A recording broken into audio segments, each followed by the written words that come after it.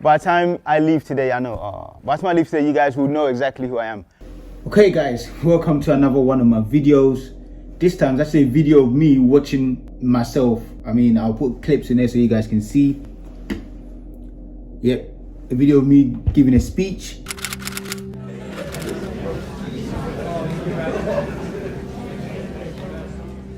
A lot of people will tell you how they did it. I'm telling you how I'm doing it.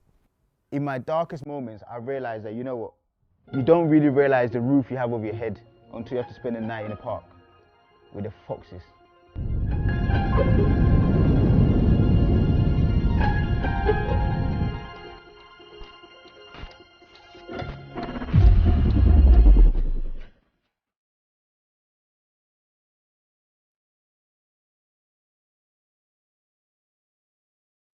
So I'm really excited about our guest speaker today. Go on, son. Looks like you had a fight with the rain, but the rain won, yeah? Okay. So, just by a quick show of hands, and be honest guys, raise them. How many of you guys have never heard of me or never heard of my spiel or anything about me? Put your hands up. That is literally everyone. But you know what, it's fine. I thought I was famous, I thought I'm on YouTube, I thought I made it, obviously not, but that's fine. By the time I leave today, I know. By the time I leave today, you guys will know exactly who I am. Without further ado, I'm gonna play you guys a little video, intro, about one thing that I do, but there's a few things that I do. It's just one little aspect of what I do. And by the way, whilst you're watching this video, if you hear anything that resonates with you, click your fingers. Like, I don't expect you to start shouting and wooing and just click your fingers. That means that, you know what, there's something in there that has resonated, and that will inform me about what you guys are like and what I'm gonna talk about. So my talk is that impromptu that what you do now will inform what I'm gonna talk about. Ain't that amazing? Nothing scripted. Okay, can we play the video, please? These are the days of big dreams but no ambitions. The days where it's easy to find a sex mate but not a soulmate. Let's all do something today. Today's the day that we take that small step for ourselves and that huge step for humanity to embrace change. So let's change our thinking, change our principles, change our beliefs. The main thing I want to concentrate on today is aspirations. Aspirations that people have, aspirations that people don't have. Does anyone know what this is? It's a phone. But I'm gonna come back to that later on and explain to you guys why I got that out. Okay, so as no one here really knows my spiel or doesn't really know anything about me, that video doesn't really tell a lot about me, just tells you that I can do a bit of spoken word and I speak a lot and I've been to a school before, that's about it. But the main thing I want you guys to actually know is that you guys are in year 12, and obviously I was a student, you know, I went to sixth form as well, not this one. By the time I got to year 13, I was homeless. So year 12, I was cool, everything was cool. Towards the end of year 12, by the time I got to year 13, the transition between the summer holidays, I became homeless. Now that was the toughest part of my life.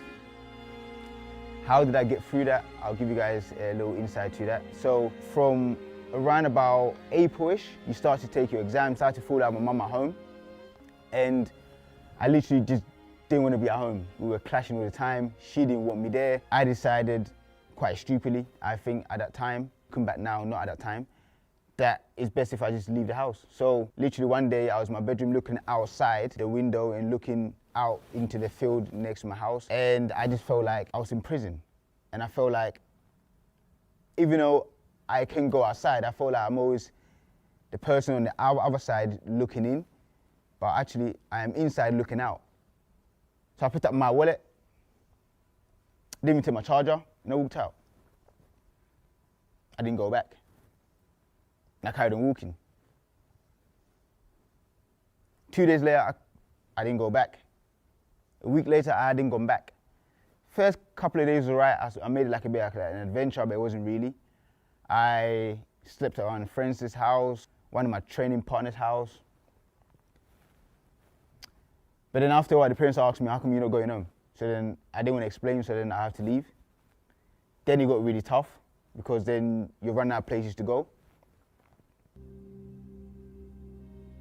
So I ended up on buses.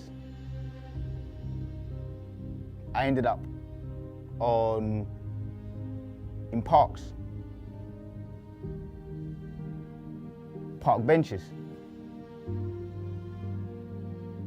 you know, it's kind of cool when you come sixth form and all your friends are there. You're like, oh, how are you? What are you doing tonight? Oh, I'm watching, I don't know, Love Island.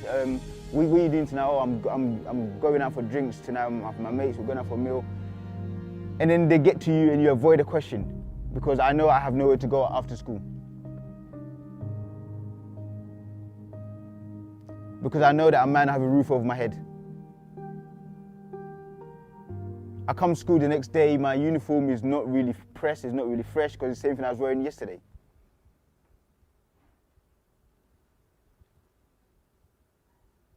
So, I avoid having conversations with people, but no one really knows what's happening.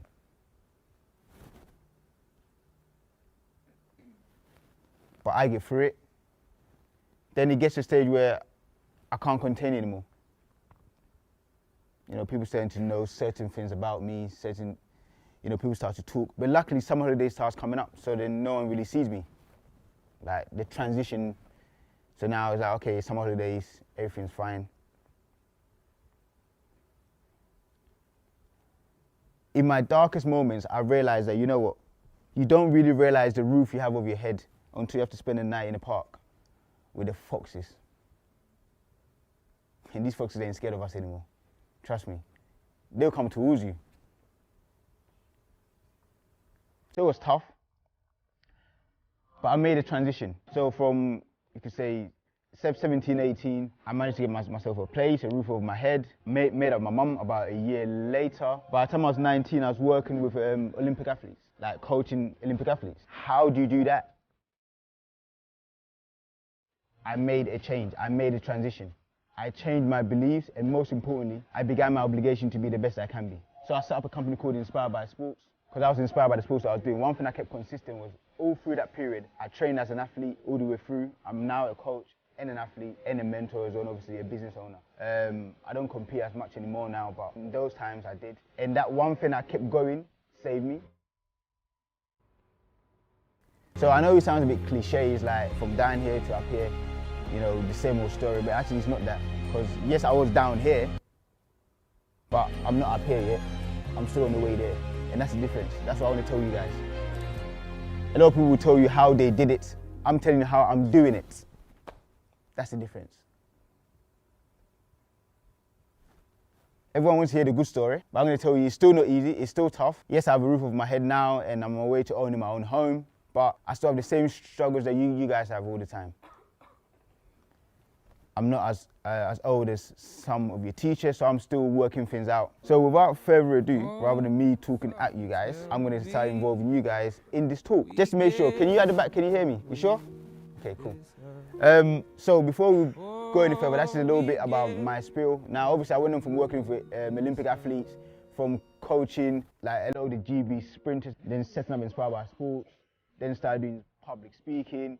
So I've done a lot since then. Obviously, I've got myself a mentor as well, something I recommend everyone here get yourself a mentor that can help you and guide you through your journey that you want to go through. That's my intro. And literally, I'm going to leave it up to you guys now, and we're going to interact. And you guys are going to ask me how I did it, and I will explain. Teachers as well, you can get involved. Because obviously, it's not all about me, it's about you guys. Because I can talk to you guys all day, but how does it inform you? How does it impact you? How does it help you guys?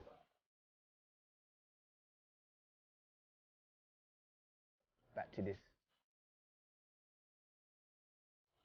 Put your hands up, and the person that answers right first time will get £10.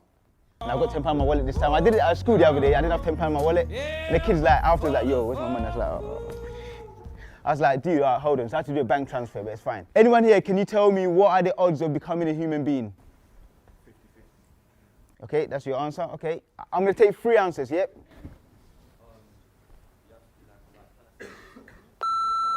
The odds of becoming a human being. Yeah, go on. Pardon? 3 trillion. 3 trillion. Okay, anyone else? I'm going to take 2 more answers and that's it. 1 in 46 billion. 1 in 46 billion, that's a big number. Okay.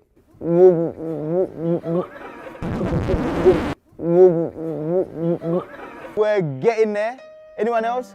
Teachers, you must know. The odds of being born as a human being, not as a cat or, a tree or a slug or my shoelaces. What are the odds of you actually becoming a human being? Yeah, of course there's odds.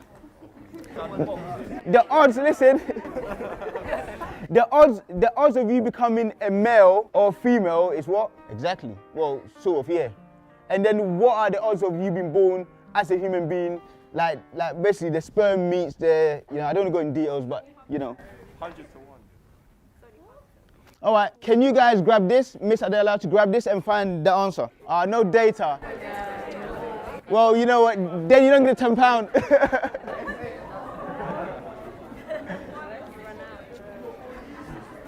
I would tether, but 1 in 40 million. I got it first. You're both wrong. 400 trillion to 1. That's what I said. All that time. Did you guys hear it? I didn't hear it. I said that. Oh, but I didn't hear you. 400 trillion to 1, guys. Let me say that again. 400 trillion to 1. Wait. Let me just say that again. 400 trillion to 1. How do they calculate? I'm not Einstein, I'm not a mathematician, but the odds have been calculated and that's the fact. But the point I'm trying to make here is, guys, the first thing is, that is a big number. By the way, the odds of you becoming a human being is 400 trillion to 1. But just imagine, you being a human being who's healthy, who lives in Europe, in the Western world, who doesn't live in a communist country where there's no wars, who has both arms and legs, who has freedom of speech. Like, it's crazy how lucky we actually are. Do you guys understand what I'm trying to get here? You know WhatsApp's been blocked in China. No, forget about Snapchat. You can't even use WhatsApp in China. You guys have free internet, like, not free, I mean like, you have an internet that's not filtered. So before we go any further, yes, my story sounds a bit sad and harrowing and da-da-da-da, but you know what, when I actually think about it, I am as lucky as, like, really. What am I to complain? What am I complaining about? Can't complain. There is so much opportunity, guys. It's almost endless. You're healthy, Western world, you live in a country where you don't get shot if you're black or white or whatever it is, like, freedom of speech, free education.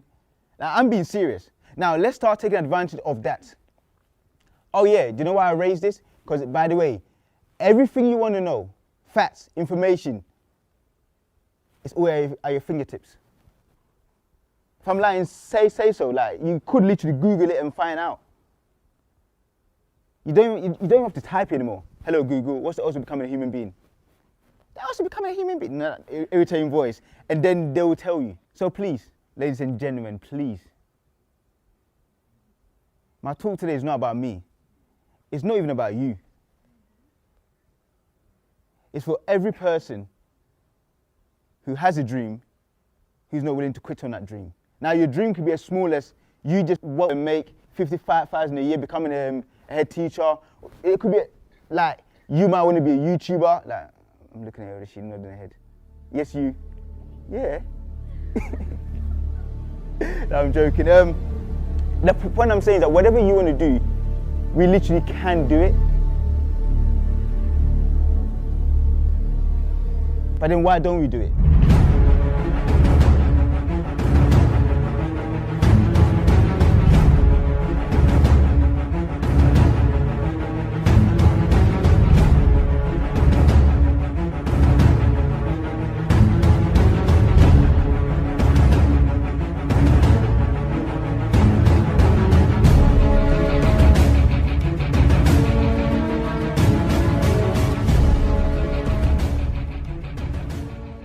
Guys, sometimes I just think we forget how lucky we are. We actually do really forget how lucky we are. Doesn't matter where you are in the world. Number one, the fact that you are actually alive. The odds of you becoming a human being is so vast. It's so great. Some people don't really understand or appreciate that.